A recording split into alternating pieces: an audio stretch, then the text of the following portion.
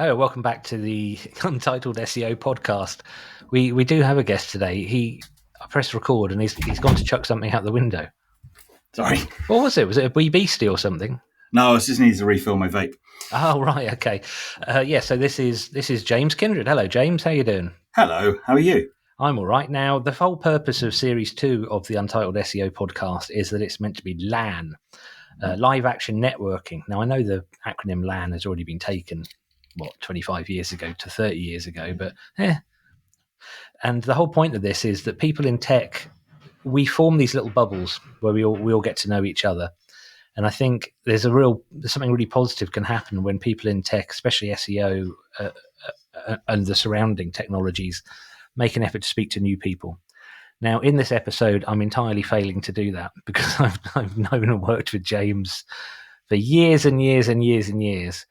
But James, you're always a pleasure to speak to. And each time I've spoken to you before on this podcast and previous ones, we're very much focused on a topic rather than focusing on you. And I think I know you well enough. You're probably not massively interested in talking about you, but I think your journey is something that people will find interesting. Yeah, I don't have even own a trumpet to blow, so it's and kind of long may it continue, which is kind of weird because I've always been to a certain extent self-employed with what I've done, so I should be a bit of a master at self-promotion and networking, but I prefer to kind of just. I don't know. I was going to say lurk in the shadows, but that just sounds a little bit kind of clandestine and devious. But I prefer to kind of be referral driven and meet new people through people liking what I do and telling other people about it. So I kind of try and get my customers to network for me rather than do anything myself, which sounds terrifically lazy, but it also works. So if it ain't broke. It works well. I'm going through a thing with, I have a coach and I'm going through a thing at the moment. Me and several other people in tech are doing considered outreach for the first time, going out and finding prospects to speak to. It's quite a hard market at the moment in tech, especially in SEO. Whenever people kind of want to stop spending money,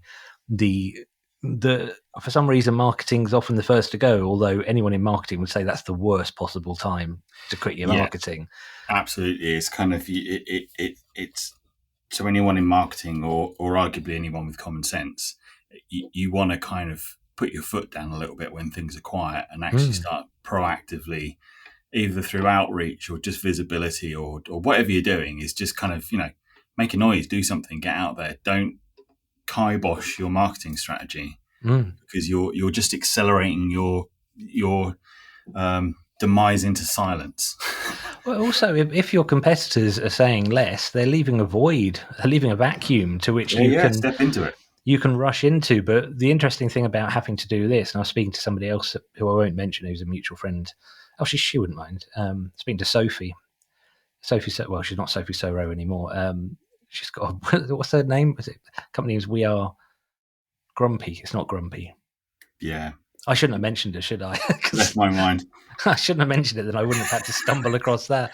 But speaking to her, and the interesting is having to, for the first time in 25 years of working for myself and running an agency, I'm having to really think hard about how my agency might be perceived. When you get all your work through referral business, it's not really a problem because the people you've done good work for are doing that bit for you, which, as you say, it might be lazy. I'd call it efficient more than lazy. Yeah, I think it's the thing is that you do. I don't know if it lulls you into a false sense of security, but you are only as good as your last job. You can't. You're kind of leaving yourself open a little bit because you don't have I work in branding and brand strategy and kind of brand development. I don't really have any of that for myself because I'm too busy doing it for other people. So I have a logo and I have a way of communicating. It's how I communicate. I don't kind of put a layer on top of it because how I talk and how I present myself is that. I can't, I'm autistic. I can't do performances. So it's kind of, I can hide behind another person's logo and talk fantastically about it. If it's talking about me, I'm very straightforward with it. But because of how I go out and kind of get further work or go out and get make clients happy or try to make clients happy. It's you're only as good as how someone tells their friend or their colleague or their business partner or whoever, oh, go and speak to James at Fork because he did a really good job for me. That strategy can dry up pretty quickly if you're not very good at what you do. It also, if I was being unkind, I'd say it does sort the wheat from the chaff somewhat, because Yeseo is a limited company, and employees came in the last couple of years. So I got 20 years of it was limited, but it was just me, and it had my name on it until only about 2 years ago. And I was expecting there to be a sort of seismic shift when I changed to being a company. And in a way, it's slightly easier because the company, I've developed a personality for the company, which does align with mine, because it'd be kind of pointless to do it any other way. And it would be a lot of work to try and pretend to be something that we weren't. But yeah, completely. That I think the other challenge I found that comes with that, if you go from being very small or an individual and you scale it and it becomes something else, or it becomes bigger than it was. And we had a similar sort of thing when we ran Condiment, and we're bringing account managers and junior designers. So just quickly, Condiment was an agency that James ran. Yes, and it was kind of guerrilla marketing and boutique design, and there was two of us, and anyone could pick up the phone and speak to one of us and get direct to us. And then we had project managers come in and junior designers come in, and everyone's like, "Well, I enjoyed the original two. Can I talk to James?" And it's like, how do you? That's the ultimate question: is how do you keep the personality of a small boutique thing and then try and scale it? Because I haven't figured that out yet. I've been doing a lot of work on it recently, and it feels a bit nasal gazy, but it's also quite helpful, because what I'm trying to do is I'm now doing the things I always used to fight against, like talking about company culture and having a mission statement. And I've always like, oh, that's all corporate crap. I'm not doing that. We are your best. Like, you can send us into battle like your champion, and we will do everything we possibly can for you. But that's easy when it was just me. Now I've got to distill that throughout the agency. We have a mission statement and we talk about where we're going, but a lot of it's come down to not leaning too heavily on those. I still think they're kind of cliched, although they are useful, the mission statement and this is what we're doing. Yeah. What it's come down to for Yeseo is, well, we have a weekly meeting, which is another thing I never thought I'd find myself saying we do. But we take turns chairing the meeting. So I discourage them from talking about me being the boss. I'm starting to sound like Ricky Gervais's character in The Office here, but I say, look, we're all creatives. We're all here because we want to do cool stuff. Having a guy at the top who tries to impose his vision on everything doesn't really work anymore. Mm-hmm. Now it has to be, and it pops up in some really interesting ways. We're talking about possibly getting an apprentice at the moment, and one of my colleagues said, right, what happens to the apprentice at the end of his apprenticeship? And I was like, why? He says, because I've worked in a lot of agencies, and when someone finishes their apprenticeship, they're generally got rid of. And I'm like, I don't have corporate experience. I was like, why? Why would you do that? If I've invested 2 years, we all invested 2 years in an apprentice. The last thing we want to do is to boot them out. They should be like better at the job than us after that time. No, why would you do that? But that was his concern, and I never would have guessed that. I wouldn't have seen that coming at all. But I had a really interesting conversation with. I did another podcast with a marketing guy, like very, very experienced marketing guy, the other day, and we were chatting about kind of the crossover between what big brands can learn from small startups, kind of plucky, going 1,000 miles an hour in every direction kind of startups, and what those startups can learn from the big corporates. And the common thing that kind of came down was, however simple it is, it can be a one-line mission statement, but it needs to communicate it enough that everyone that joins the company should buy into it in some way, shape, or form.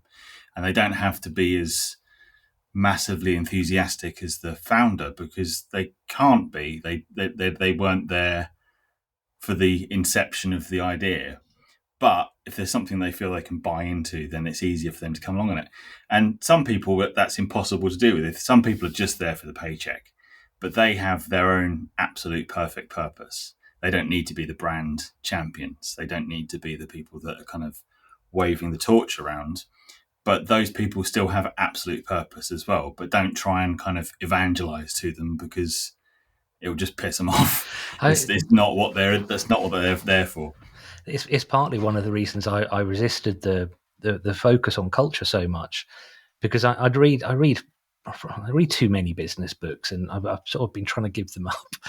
Bad addiction. It's bad addiction because it never fully relates to your situation. But those kind of ones about disseminating your company culture, and for one thing, it sounds like brainwashing. If I hire someone, I hire them because they're more generally better than I am at something, most things in my case, and I don't want to lose their individuality by me trying to enforce something that I think's the best thing to do.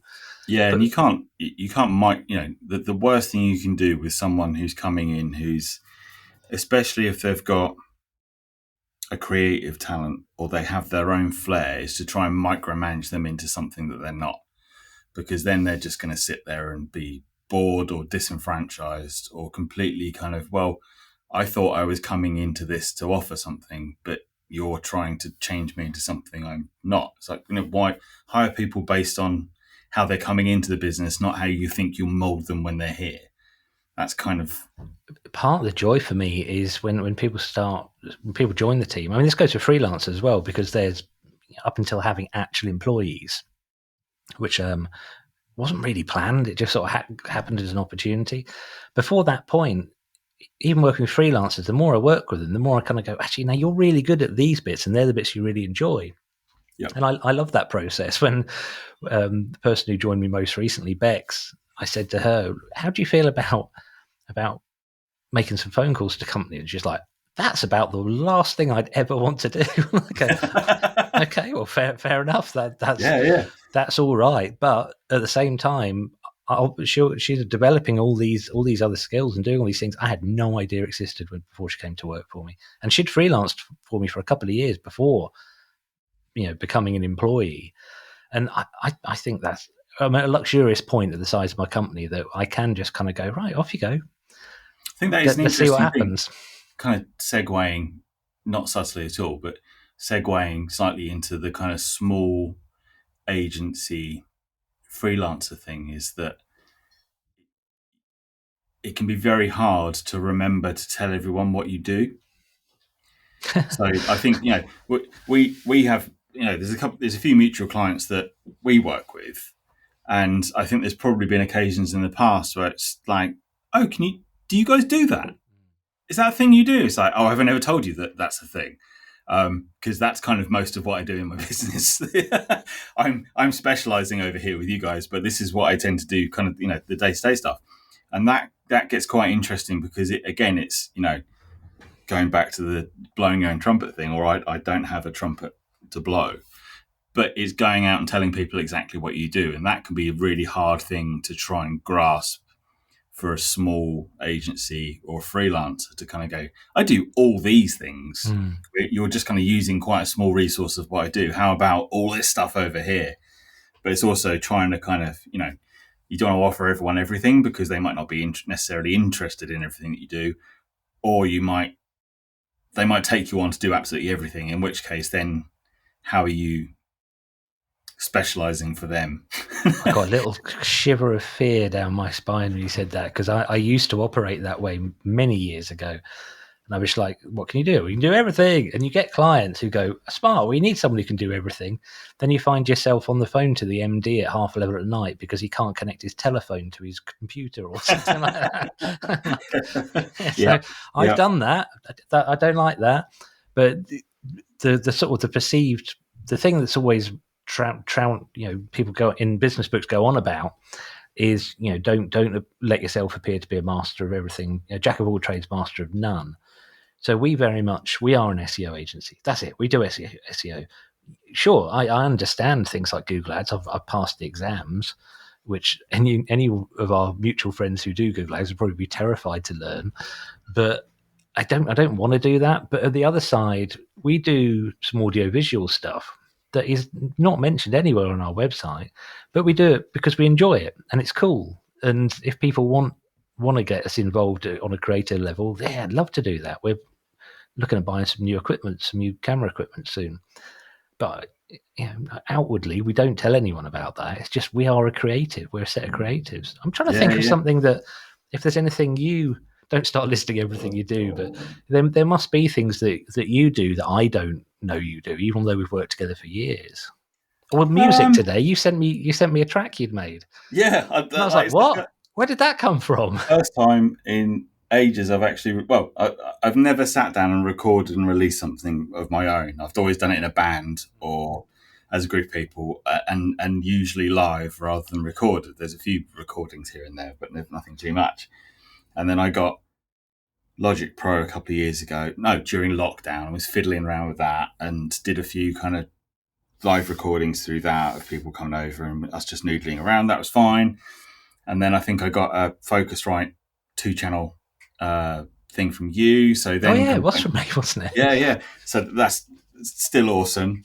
And then I think probably about a year ago, I was chatting to you about kind of, or it might be longer, I was chatting to you about kind of recording software and different DAWs or digital audio workstations and trying. And he said, "Oh, you got to try Ableton." And I didn't really get round to it for ages, and then downloaded the demo of it and had a little bit of a relearning because it looks very different to Logic. It's kind of flipped with Logic because you get the session view in Ableton first, and then you can have the timeline view when you switch over. Other way around in Logic's only just got the session view. Yeah, and I couldn't really get my head around it. And then I tried it in Ableton, and it just made complete sense. So then I started doing stuff, and I have 2 different kind of sorts of music I'll listen to, depending on what my workflow is. There's either kind of very driven, very loud, very purposeful stuff, or very ethereal, floaty stuff. If I kind of don't know where I'm going, I don't have a direction and there's no momentum to it, I'll listen to music of exactly the same sort. I love that. That's such a brilliantly logical way of operating. Yeah, it just makes complete sense in my head. Just creating a soundtrack. I just want something that's just kind of go floating around. If I know exactly what I'm doing and I just need to get it done, I'll just listen to some insanely heavy prog metal.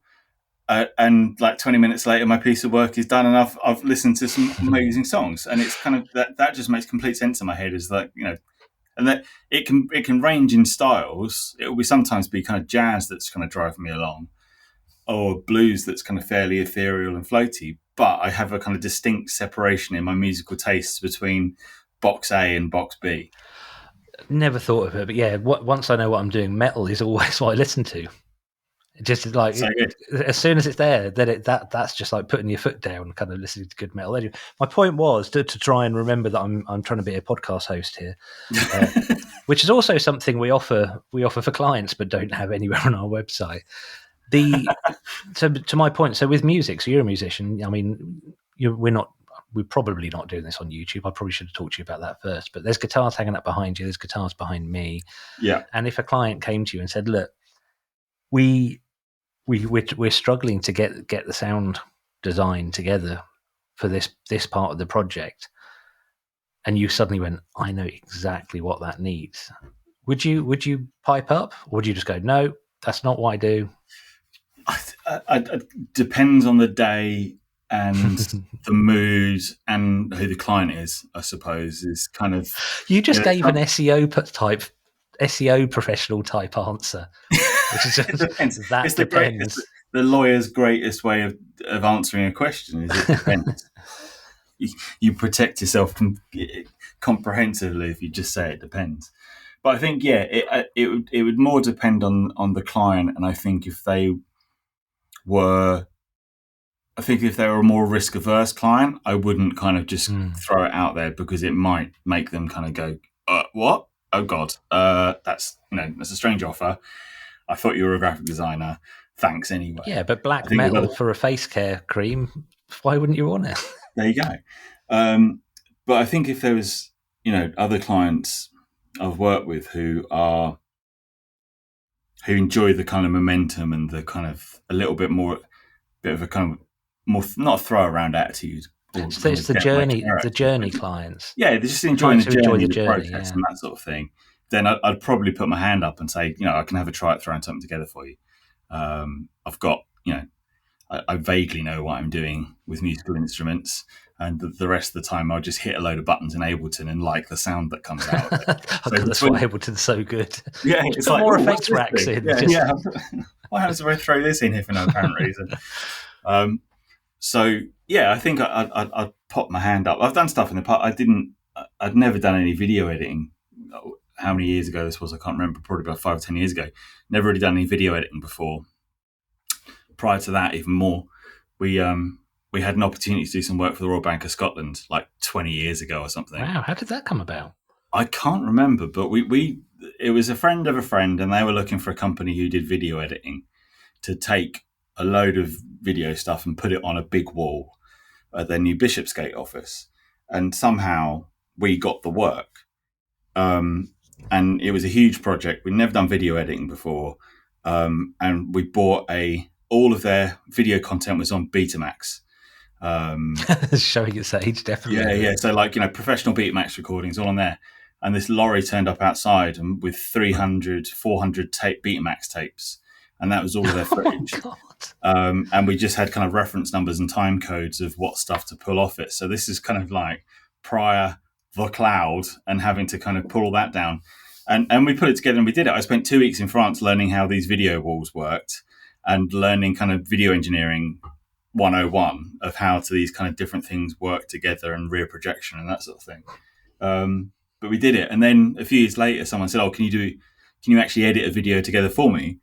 And it was a stonemason. And I was like, yeah, sure, no worries. Send us all the stuff. Much easier. I had like a DVD with a load of files turn up, and downloaded some stock footage and that sort of thing and put it together. But there are occasions where it's like, yeah, I'd quite like to get my brain into that. I know what a timeline is. That's pretty much universal across anything that has to go from A to B and has a number of seconds in between it. I can, and there's layers to that, so I can put it. I know Photoshop, I know audio programs. I'll just smush that together and make video instead. Yeah, it's something I still enjoy. I'm working on a project at the moment, which is we're recording some conversations with an amazing woman who survived Auschwitz and Belsen. Wow. And I think if I didn't have the ability to pick things up as a creative and grab hold of those opportunities, that we wouldn't be able to do it. So yeah, kids, if you're listening, don't be too linear with your skill set. Just I think for me, it's if something interests me. I've got some bloody weird skills, I can run these massive industrial machines called slitters. And I fully understand how the tension in the machine works and how they operate. And I probably couldn't get a job doing it, but I am one of a few people, maybe less than 100 people in the country that knows fully how to operate these machines. No way. Clearly, it's purely because a client of mine makes them, and I was just really interested, and I like playing with big machines, and that sort of turned into me filming them and taking photos of them. The only photography I really do these days is these, like industrial machines.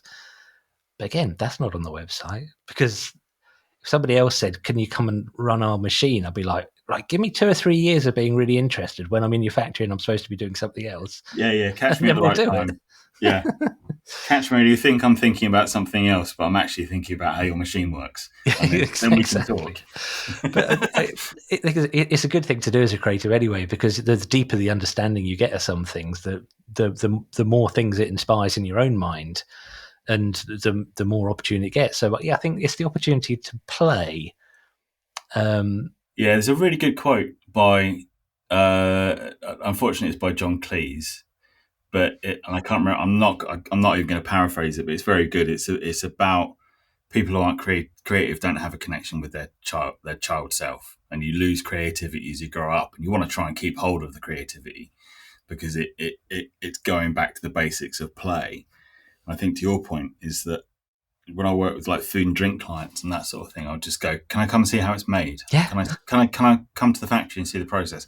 Don't worry, I'll wear a stupid net on my beard. But I'd love to come and see how this works, because I think, because branding touches absolutely everything in a business, you have to a certain extent, understand every part of the business that happens, even the bits that people don't see, because there might be something in that process that people don't see that is actually a very integral part of how the brand functions, how it communicates, what it means, what it believes in, and that sort of thing. And I think you have to see that process to be able to unearth something that someone might not necessarily see at face value, or if they don't see that process. Especially because people who have been at a company for any length of time, especially if they're the founder, they lose objectivity on what's so cool about what they do. And anything can be cool.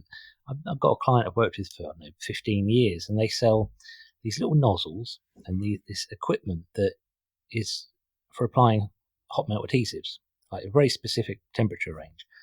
And they're like, why? We can't write anything exciting and cool. And the longer I got to know them, it turns out if you buy their parts, you'll save like 40% a year on your running costs. I'm like, how is that not cool? Yeah, that's cool. It doesn't have to be really flashy. Although I've got one client, and I apologise if I told you this before because it is a story I like to trot out. His company makes TV series, so like Sky TV will come along. It's Tom at Summerall Films. I don't know if you know him or not. Yes, yeah. I think I've met Tom. So his company, which he started when he was very young, they Sky TV say we want a series on motorsport, and he goes all right, and he delivers a whole series. So I was talking to him about the sort of things they could put on their blog, and he's like, "There's not really anything all that interesting that we do." To be honest, a lot of the work they do is corporate editing, or it certainly was at the time. And I'm going to have to look up a name because otherwise this is going to fall on its behind. Right. So the whole time I was talking to him in his office, he's who I learned to edit from, actually. He's got a degree in editing. And I learned by... Oh, wow. I said, look, can I just sit... He uses Premiere. And I said, can I just... This is at the end of the meeting. I said, do you mind if I hang around, just like watch you work? And he's like, no, that's fine. And an hour of that, and I knew exactly what I was doing from that point on. It was really good. Yeah, so he sat there. He's going, blah, blah, blah, blah, blah, blah. Nothing interesting that we can write blog posts about. And behind him, there's this huge picture of him, and he stood next to Richard Curtis, the writer, and he's holding Richard Curtis's Oscar. I'm like, do you think that might be the sort of thing that I was always trying to impress upon him? Like, you work in one of the sexiest industries there is to talk about. I'm here schlepping out industrial adhesives, and you've got like actually like Hollywood stars you're mates with and whatever. Amazing.